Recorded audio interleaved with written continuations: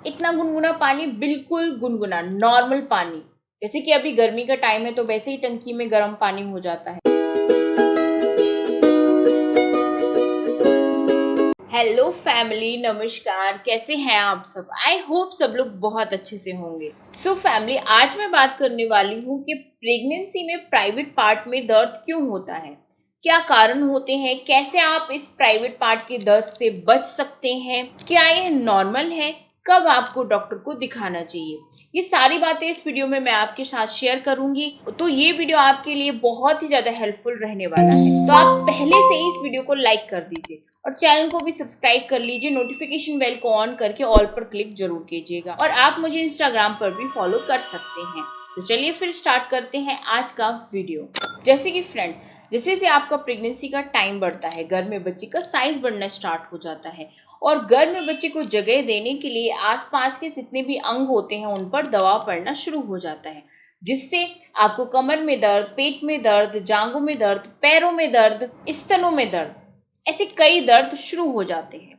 उसके साथ ही होता है आपके प्राइवेट पार्ट में दर्द। अब प्राइवेट पार्ट में दर्द होने के भी काफी सारे रीजंस होते हैं। पहला रीजन होता है गर्भाशय के बढ़ने की वजह से भी प्राइवेट पार्ट में दर्द होना शुरू हो जाता है, जो कि एक नॉर्मल बात होती है, क्योंकि बच्चे को जगह देने के लिए आपका गर्भाशय फैलता है और गर्भाशय फैलने की वजह से प्राइवेट पार्ट की जो आसपास की मसल्स होती हैं उन पर दबाव पड़ना शुरू हो जाता है, जिस वजह से प्राइवेट पार्ट में दर्द होना शुरू हो जाता है। इसके बाद सेकंड रीजन होता है हार्मोनल चेंजेस की वजह से आपके प्राइवेट पार्ट में ड्राइनेस आने लगती है, इससे भी आपके प्राइवेट पार्ट में दर्द शुरू हो जाता है। तीसरा रीजन, आपका प्रेगनेंसी का थर्ड ट्राइमेस्टर आता है और थर्ड ट्राइमेस्टर में क्या होता है कि बच्चा अपनी पोजीशन बदल लेता है, मतलब बच्चे का जो सारा वेट होता है वो नीचे की साइड पड़ने लगता है, क्योंकि बच्चा अपना सर नीचे कर लेता है, जिस वजह से भी पेल्विक एरिया पर प्रेशर पड़ता है और प्राइवेट पार्ट में दर्द होने लगता है। इसके बाद इसका चौथा रीजन होता है जैसे ही आपका 9वें महीने में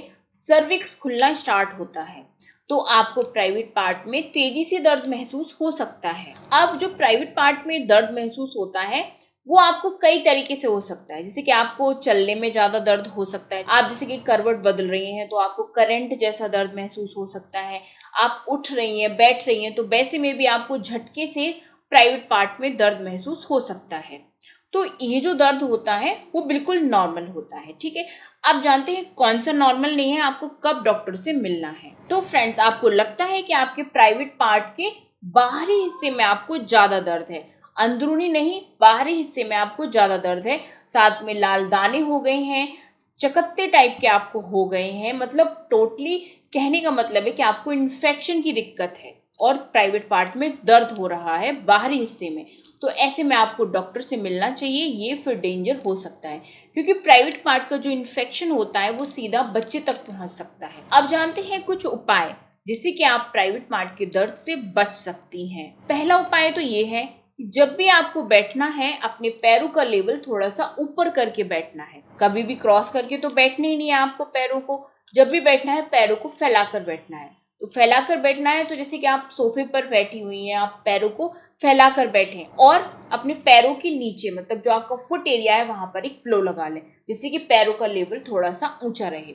ठीक है। आप जैसे कि बेड पर भी बैठी हुई हैं तो बेड पर भी अपने पैरों के लेवल को थोड़ा ऊंचा करके बैठें, इससे प्राइवेट पार्ट के दर्द से आराम मिलता है। दूसरी चीज, अगर आपको प्राइवेट पार्ट में ज्यादा पेन हो रहा है तो फिर आप गुनगुने पानी से नहा भी सकती हैं। इतना गुनगुना पानी, बिल्कुल गुनगुना नॉर्मल पानी, जैसे कि अभी गर्मी का टाइम है तो वैसे ही टंकी में गर्म पानी हो जाता है, उस गर्म पानी से आप नहा सकती हैं। या फिर आप सिकाई कर सकती हैं। सिकाई कैसे करना है आपको कि हॉट वाटर बैग आता है उससे आप सिकाई कर लीजिए। नहाना या सिकाई करना दोनों ही सेम है, तो हॉट वाटर बैग से सिकाई करने से भी आपको आराम मिलेगा। साथ ही तीसरी चीज, आप जैसे कि योगासन वगैरह कर सकती हैं, लाइट योगा कर सकती हैं, मेडिटेशन वगैरह कर सकती हैं। योगासन में जैसे कि आप बटरफ्लाई एक्सरसाइज कर सकती हैं, आप स्क्वाटिंग कर सकती हैं। इससे क्या है, आपकी प्राइवेट पार्ट की जो मसल्स हैं, पेल्विक एरिया की जो मसल्स हैं, उनमें मजबूती आती है और दर्द से आराम मिलता है। इसके साथ ही झटके से आपको कोई भी काम नहीं करना चाहिए, झटके से उठना नहीं चाहिए, बैठना नहीं चाहिए, क्योंकि इससे भी आपको दर्द महसूस हो सकता है। साथ में आपको झटके से करवट भी नहीं लेना चाहिए। करवट जैसे कि आप करवट चेंज करते हैं सोते टाइम, तो वो भी आपको स्लोली करना चाहिए। पहले सीधे हुए फिर धीरे से करवट चेंज करें। इसके बाद साथ में आपको जमीन पर बैठकर भी कोई भी काम नहीं करना चाहिए, जैसे कि उकड़ू में ज्यादा झाड़ू पोछा नहीं लगाना चाहिए, उकड़ू बैठकर ज्यादा टाइम तक कपड़े नहीं धोने चाहिए, और डायरेक्ट जमीन के टच में भी आपको नहीं बैठना चाहिए। इससे भी प्राइवेट पार्ट में दर्द बढ़ता है। और चाहे आप कहीं जा रही हो पैदल या वॉकिंग कर रही हो, तो आपको छोटे छोटे कदमों से ही चलना चाहिए। छोटे छोटे कदम रखना चाहिए, धीरे धीरे रखना चाहिए। अगर आप तेजी से चलती हैं, बड़े बड़े कदम रखती हैं, तो इससे प्राइवेट पार्ट में दर्द बढ़ेगा। तो आप छोटे छोटे कदमों से चलें, धीरे धीरे चलें। तो ये सारे टिप्स अपनाकर आप प्राइवेट पार्ट के दर्द से बच सकती हैं, प्राइवेट पार्ट के दर्द को कम कर सकती हैं। तो मिलती हूँ आप सबसे फिर अगले वीडियो में। आई होप ये वीडियो अच्छा लगा होगा, तो एक लाइक करें, चैनल को सब्सक्राइब करें, नोटिफिकेशन बेल को भी ऑन करना ना भूलें। Bye bye, thank you.